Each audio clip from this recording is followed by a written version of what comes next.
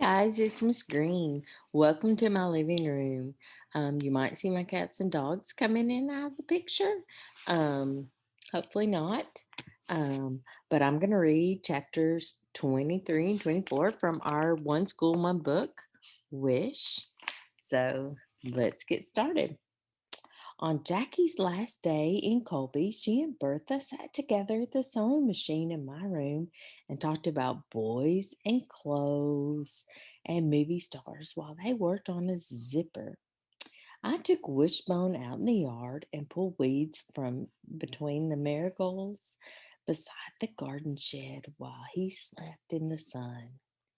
I hated to think about Jackie getting on that bus to Raleigh, going back to her happy life, painting her fingernails with Carol Lee, dating Scooter the paintball champion, maybe even going to beauty school. Each yank of the weed was like a jab in my heart as I thought about her leaving me behind. By the time Jackie and Bertha finished that zipper, there wasn't a single weed left in that yard, and my heart ached so bad I wanted to cry. Later that day, me and Jackie and Wishbone went down to the Odom so Jackie could say goodbye.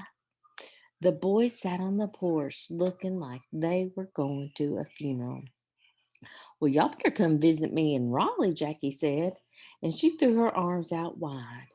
Everybody will have the best time ever. They nodded solemnly, and Cotton wiped away his tears. If I'm still working at that old Waffle House, y'all can come by and I'll throw in a couple of chocolate chip waffles for free. Cotton said, "Chocolate chip waffles?" Jackie nodded, "Yep, and I'll make sure they put extra chips in yours." Oh, that made him smile so big. "I bet Charlie's gonna miss you," Howard said. Jackie put her arms around my shoulders. "Well, I'm gonna miss her too, but she can come visit." "Visit?" I said. "I'm going to go back there to live." I rubbed my hand down Wishbone's back. "You know, when Mama gets back on the ground," I said. Jackie looked down at her lap. Wishbone's tail just swished back and forth in that dry red dirt. "Well, then," Jackie said, "I reckon it's time for me to get my hugs in." And she held her arms out. Each of the boys gave her an awkward hug. Then Miss Oldham ran out of the house and said, "It sure was a joy and a blessing to have you here in Colby, Jackie." Then she and Jackie hugged and we headed back home. That night, Bertha made a special dinner of meatloaf, lima beans, fried green tomatoes, and sweet potato pie. Wishbone lay beside my chair waiting for somebody to toss him a piece of meatloaf every now and then. I have to admit, we spoiled him rotten and turned him into a world class beggar. Sometimes my dogs beg too. After we sat on the porch for a while, me and Jackie went back to my room. I brushed Wishbone while Jackie packed, stuffing her shorts and things into her duffel bag and telling me again how lucky I was to have such a nice place to live. I watched her gather her nail polish and toss it into her duffel bag. I started to feel more and more pitiful by the minute. What is going to happen to me? I wanted to ask her, but I didn't. After we turned the lights out, I stared up at the ceiling and watched the shadows of the dogwood tree dance in the moonlight. Then I took a deep breath and said, "Can I go back to Raleigh with you?" The silence that followed nearly swallowed me up, and I could feel my heart beat in my chest and Wishbone's warm breath against my neck. Then Jackie got out of bed and sat beside my sleeping bag. "Nothing's going to change, Charlie," she said. I used to think it would, but now I don't. Scrappy's going to keep being Scrappy. Mama's going to keep being Mama. And you and I are on our own. No magic wand is going to fix things. I didn't want to believe that. So I pushed those words away so I just wouldn't have to think about them. Then I said, did you know Mama left us when we were little? Just ran off with a garbage bag full of clothes to start life anew. Jackie said, yeah, I knew, but how did you know? Well, when you're 7 years old and your mama waltzes out the door without so much as a goodbye, that's something you just don't forget. How come you never told me? I said. She put her hand on my back and rubbed in little circles. 'Cause I didn't want you to hate Mama, she said. Do you hate Mama? No, she pushed my hair back behind my ear. I don't like her very much, but I don't hate her. But why can't I live with you? I asked, so quiet it was almost a whisper. Jackie hugged her knees. Charlie, I can't live with Carol Lee forever. I'm saving my money, and me and Wileen Jarvis, we're going to get an apartment together. I can't take care of you like Gus and Bertha can, she said. I can barely take care of myself. We sat in silence for a minute. That was a hard thing for that sister to say. So we sat in silence for a minute. Then Jackie said, you got it good here, Charlie. You got Gus and Bertha loving you and treating you like a princess. You got all the Odoms thanking the good Lord for you. Then there's Howard, the nicest friend you could ever want. You got these beautiful mountains and a garden and a porch to sit on that's like sitting right outside of heaven. Oh my goodness. Wishbone kicked his legs and let out a little woof. Like he was having a doggy dream. Jackie rubbed his stomach, and a dog that loves you like nobody's business. I looked at Wishbone and thought about Bertha saying how dogs love you no matter what, and my heart nearly burst. Don't hate me, Charlie, said Jackie. Hate her? I loved everything about her. I loved the old Jackie. I loved the new Jackie. Why couldn't I just tell her? I guess I just didn't have much practice saying, I love you. So I just sat there in the darkness with Wishbone twitching in his sleep. So I said, I do like those blue streaks in your hair. Chapter 24. A week after Jackie left, I started vacation Bible school at Rocky Creek Baptist Church. I told Bertha I didn't want to go, but she kept telling me how much fun I was going to have. I went to vacation Bible school every summer when I was a little girl, she said. I loved everything about it, the games, the crafts, the songs. She went on to tell me about the bird feeder she made by putting peanut butter on a pine cone and then rolling it in birdseed. And the lanyards. I must have made 100 lanyards. She laughed and shook her head. And macrame keychains. I love those. And whew, Howard and all the kids from Sunday school will be there. So I finally said, okay. Then the day before I was supposed to go, Bertha came home with a lunchbox covered with peonies and rainbows. I can't believe I let you take your lunch to school in that ugly old paper bag, she said. I can't take that, I said. Bertha's smile faded. Oh, okay. Oh, I could tell I hurt her feelings, but there was no way I could take that lunchbox. Bertha snatched it off the kitchen counter and stuck it way up high on the shelf.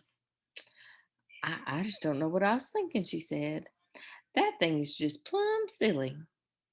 So she put my lunch in a brown paper bag and off I went to vacation Bible school.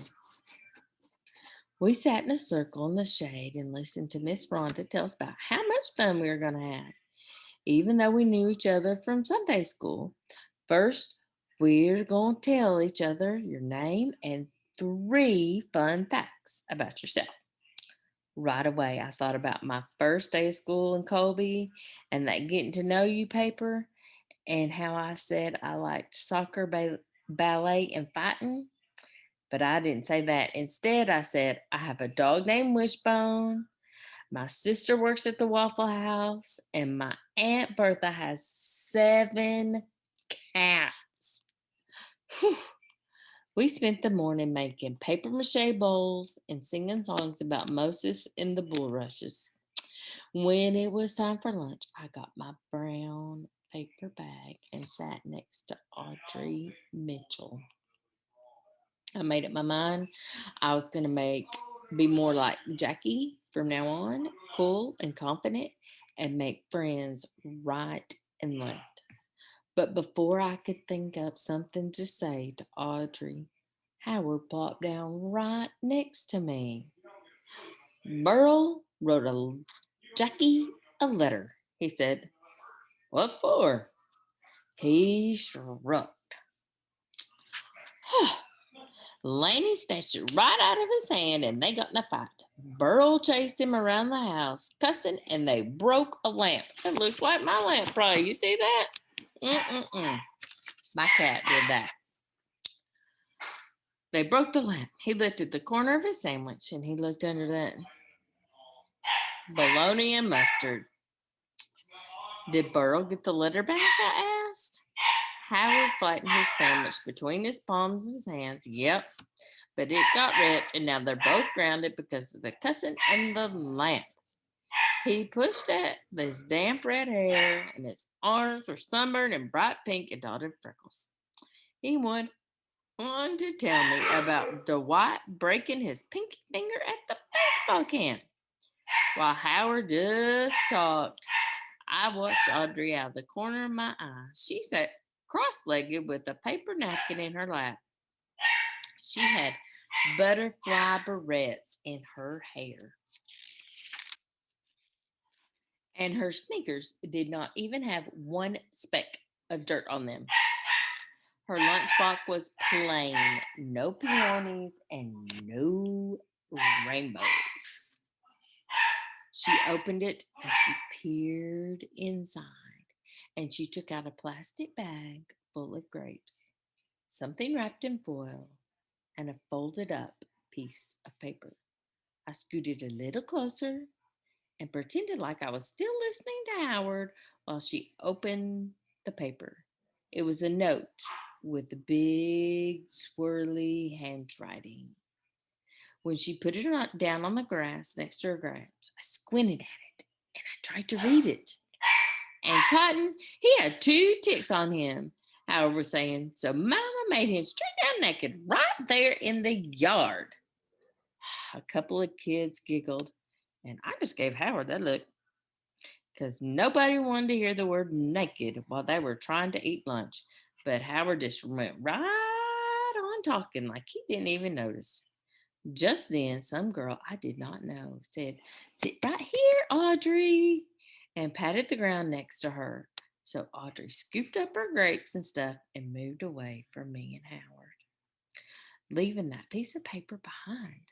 Right away, I slapped my foot right on top of it. While Audrey and that girl chatted away about swimming lessons and soccer camp, I snatched up the paper and stuffed it in my pocket. What was that? Said Howard. What was what? That paper. What paper? The paper in your pocket. Oh, that's nothing.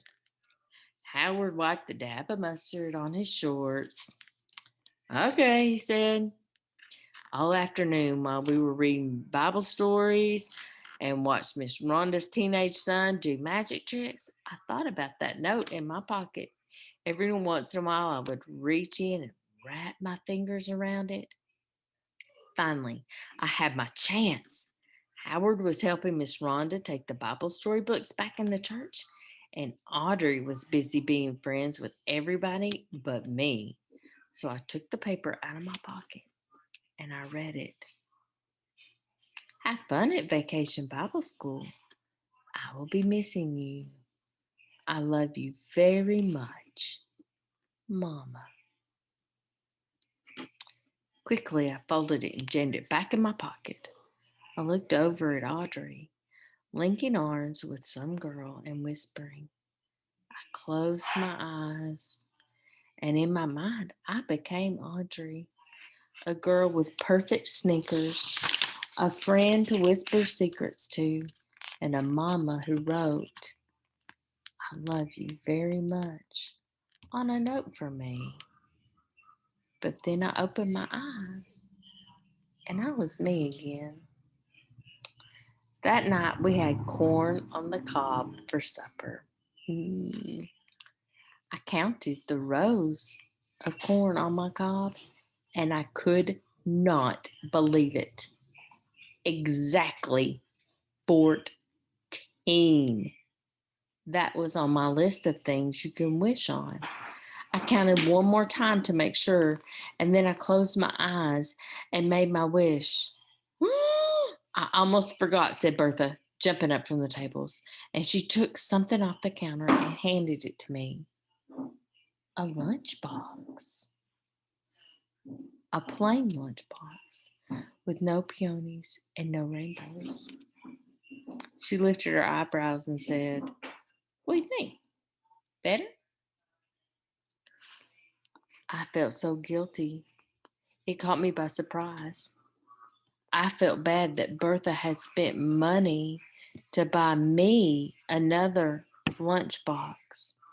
I should have just taken the one with rainbows and peonies and been thankful for it. I bet Jackie would have, but I hadn't.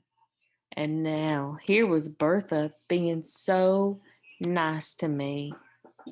Yes, ma'am, I said. Thank you. Then I went out to the porch and tossed a tennis ball to Wishbone till he got tired and went to sleep at my feet. As I watched the sun sink slowly behind the mountains, I cupped my hand around the note in my pocket. I thought about Audrey's mother putting those grapes in that little bag and writing the note. I wondered what Audrey's family was like, the one she had written on her flower for the Garden of Blessings at church. I knew for sure her daddy wasn't away somewhere getting corrected. And I bet she had a sister who played cards with her on rainy days and whispered secrets under covers at night. And I was certain her mama had her feet on the ground. When it got dark and the mosquitoes came out, me and Wishbone went back to my room. I fished around in my backpack until I found a piece of paper and a pen. I tore the paper in half and I sat on the floor and wrote, I love you very much, Mama. Then I folded the paper up and tucked it under my pillow before turning out the light and kissing Wishbone on the top of his head.